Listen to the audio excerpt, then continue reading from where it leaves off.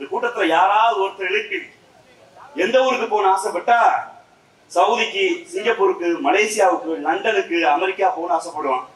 யாராவது ஒருத்தன் பீகாருக்கு வேலைக்கு போறேன், யூபிக்கு வேலைக்கு போறேன், இல்ல குஜராத்துக்கு வேலைக்கு போறேன் எனக்காவது வச்சிருக்கமா?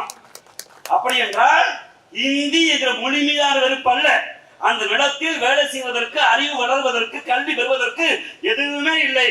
அதற்கு மாறாக உலக மொழிகளிலேயே தொன்மையான மூத்த பழமையான தமிழ் என்கிற மொழி இருக்கிறது.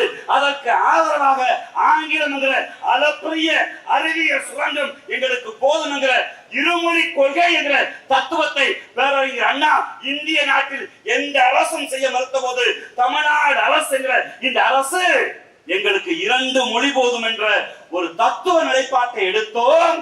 அதனால் அறிவியலில் வளர்ந்து நின்றோம். மருத்துவத்துறையில் தமிழ்நாடு என்கிற மாநிலம் வளர்ந்த மாநிலங்களில் முதலிடத்திருக்கிறது. ஹிந்தி படிக்கவில்லை, ஆனால் பெரிய மாநிலம், ஏறத்தாழ 8 பிரதமர்களை இந்தியாவுக்கு கொடுத்த உத்தரப்பிரதேசம் என்ற மாநிலம் மருத்துவத்துறையில் 27வது இடத்திருக்கிறது.